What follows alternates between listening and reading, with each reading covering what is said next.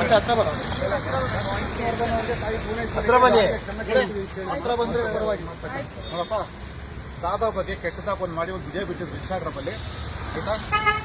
ಸಾನ್ವಿ ಬಾ ಬಾ ಬಾ ಅಂತ ಏನೋ ಒಂದು ಇನ್ಸ್ಟಾಗ್ರಾಮಲ್ಲಿ ಬಿಟ್ಟಿದ್ದು.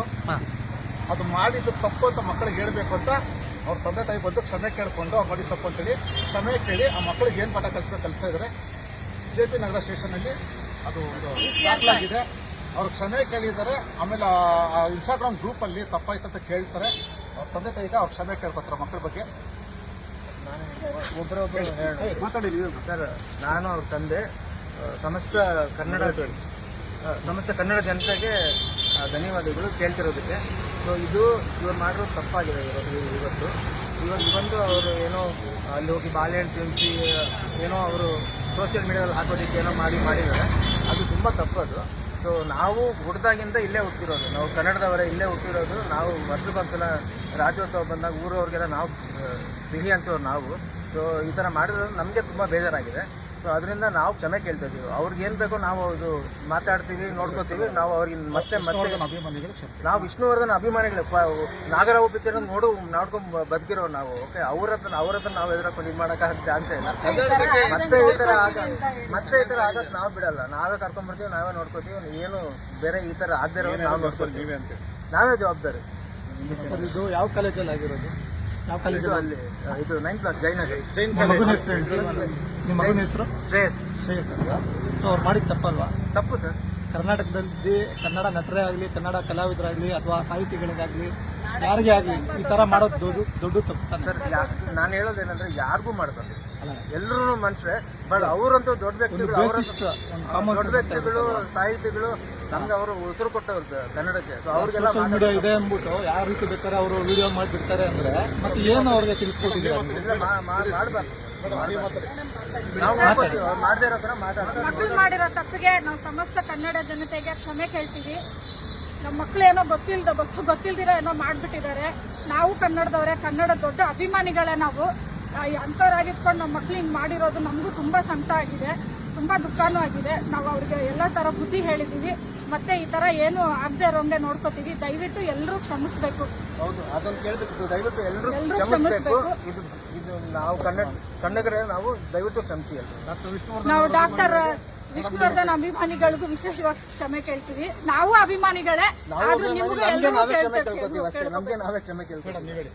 ಒಂದು ಕನ್ನಡದವರಾಗಿ ನಮ್ಮ ಮಗಳು ಕನ್ನಡದವರಾಗಿ ನಮ್ಮ ಮಕ್ಳಿಗೆ ಮಾಡಿರೋದು ನಮಗೂ ಶಾಕ್ ಆಗಿದೆ. ತುಂಬ ದೊಡ್ಡ ತಪ್ಪಾಯ್ತು. ಅವ್ರು ಏನೋ ಹುಡುಗಾಟ ಮಾಡಕ್ಕೆ ಹೋಗ್ಬಿಟ್ಟು ಈ ಥರ ಟರ್ನ್ ಆಗೋಗಿದೆ. ನಿಮ್ಮ ಎಮೋಷನ್ಸಿಗೆ ಹರ್ಟ್ ಆಗಿದೆ. ನಾವು ಕನ್ನಡದವರೇ, ಇಲ್ಲೇ ಹುಟ್ಟಿ ಬೆಳೆದು ನಾವು ಇನ್ನೊಬ್ಬರಿಗೆ ಕನ್ನಡ ಕರೀಲಿ, ಕನ್ನಡ ಪ್ರೋತ್ಸಾಹ ಮಾಡ್ತೀವಿ ಕಲಿಯೋದಕ್ಕೆ.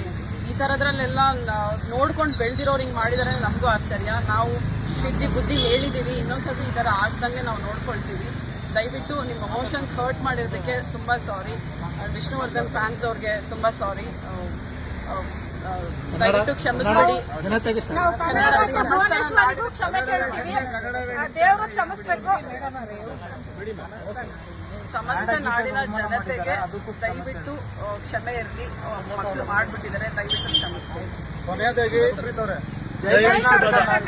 ಜೈ ವಿಷ್ಣು ಮಹಾರಾಜ್ ಕಿ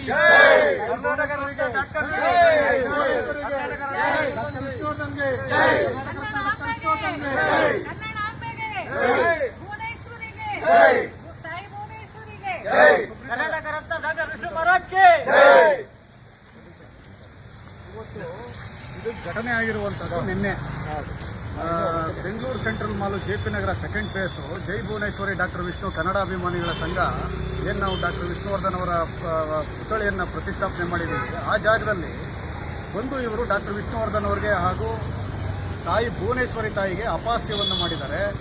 ಈಗ ಅವರ ವಿರುದ್ಧವಾಗಿ ನಾವು ಇವತ್ತು JP ನಗರ ಪೊಲೀಸ್ ಸ್ಟೇಷನಲ್ಲಿ ಕಂಪ್ಲೇಂಟ್ ಲಾಡ್ಜ್ ಮಾಡಿದ್ವಿ. ಅವರ ಪರವಾಗಿ ತಂದೆ ತಾಯಿಗಳು ಬಂದು ಇವತ್ತು ಕ್ಷಮೆಯನ್ನು ಕೇಳಿದ್ದಾರೆ. ಹಾಗಾಗಿ ನಾವು ಇವತ್ತು ಅವರಿಗೆ ಈ ವಿಷಯದಲ್ಲಿ ಎಕ್ಸ್ಕ್ಯೂಸ್ ಕೊಟ್ಟು ಮುಂದೆ ಈ ರೀತಿ ಯಾವುದೇ ಕಾರಣಕ್ಕೂ ಈ ರೀತಿ ಯಾವುದೇ ನಟನೆಗಾಗಲಿ ಆಗಬಾರ್ದು, ಕನ್ನಡ ಭಾಷೆಗಾಗಲಿ ಯಾವುದೇ ಕಾರಣಕ್ಕೂ ಅಪಹಾಸ್ಯ ಮಾಡೋದಾಗ್ಲಿ, ಕಿಂಡಲ್ ಮಾಡೋದಾಗ್ಲಿ ಮಾಡಬೇಡಿ ಅಂತ ಹೇಳಿ ನಿಮಗೆ ಕೈ ಮುಗಿದು ನಿಮ್ಮ ಪೇರೆಂಟ್ಸ್ಗೆ ಕೈ ಮುಗಿದು ಪ್ರಾರ್ಥನೆ ಮಾಡ್ತೀವಿ. ಯಾರಿಗೂ ಮಾಡಕ್ಕೆ ಹೋಗ್ತಾರೆ, ಯಾರಿಗೂ ಮಾಡ್ತಾರೆ ಇಲ್ಲಿ ಹುಟ್ಟಿದ ಮೇಲೆ ಕನ್ನಡ ಭಾಷೆ ನೆಲ ಜಲ ಎಲ್ಲದಕ್ಕೂ ಮೇಲೆ ಅವರು ಎಲ್ಲ ನೀವಂತಲ್ಲ ಎಲ್ಲ ಪ್ರತಿಯೊಬ್ಬರು ಕೂಡ ಇಲ್ಲಿ ಯಾರ್ಯಾರು ಜೀವಿಸ್ತೀವಿ ಎಲ್ಲರೂ ತಮ್ಮ ಮಕ್ಕಳಿಗಾಗ್ಲಿ ಯಾರಿಗೇ ಆಗ್ಲಿ ಅಕ್ಕಪಕ್ಕ ವಾಸ ಮಾಡೋರು ಕೂಡ ಕನ್ನಡನ ಕಲ್ಸ್ಕೊಡ್ಬೇಕು. ಅದು ಕನ್ನಡ ಕೆಲಸ. ಅದೇ ಮಾಡ್ತೀವಿ ಸರ್. ಅಷ್ಟೇ ಅಲ್ಲ ಸಾಕು.